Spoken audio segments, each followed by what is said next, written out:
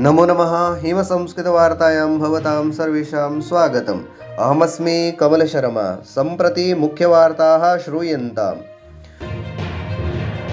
प्रधानमन्त्री नरेन्द्रमोदी हनुमानजयन्त्यवसरे जनानाम् अभिवादनं कृतवान्। स भगवतः हनुमतः स्मरणं कुर्वन् उक्तवान् यत् पवनपुत्रस्य हनुमतः समर्पणं समस्तरामभक्तेभ्यः प्रेरणादायकम् अस्ति। चतुर्थचरणस्य लोकसभानिर्वाचनस्य नामाङ्कनमस्मिन् मासे 25 समाप्तं भविष्यति। परदिने नामाङ्कनपत्राणां परीक्षणं भविष्यति। अस्य मासस्य 29 नामानि निष्कासयितुं शक्यन्ते। अवधेयं वर्तते यत् चतुर्थे चरणे आगामिमासस्य 13 10 राज्येषु केन्द्रशासितक्षेत्रेषु च आहत्य 16 लोकसभा आसनानां कृते मतदानं भविष्यति।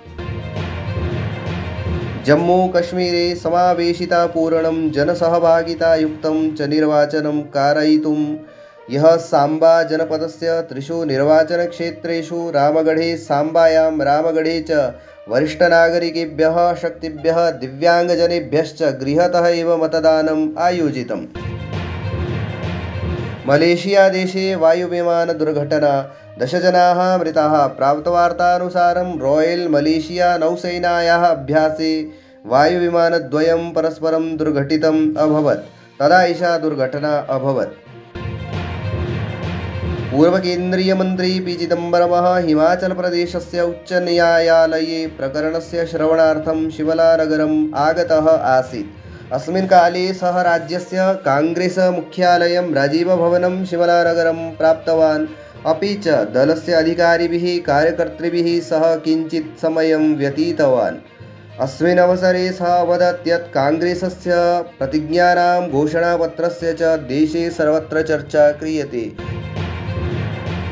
पालमपुरे कन्यायाः घातकप्रहारस्य प्रकरणे भाजपा राजनैतिकलाभान् प्राप्तुं प्रयतते। मुख्यमन्त्री सुखविन्दर सिंह सुक्खुः। इति वार्ताः। अधिकविस्ताराय अस्माकम् अन्तर्जालपुटसङ्केतं himsanskrit.com इति पश्यन्तु। धन्यवादः। जयतु संस्कृतं, जयतु भारतम्।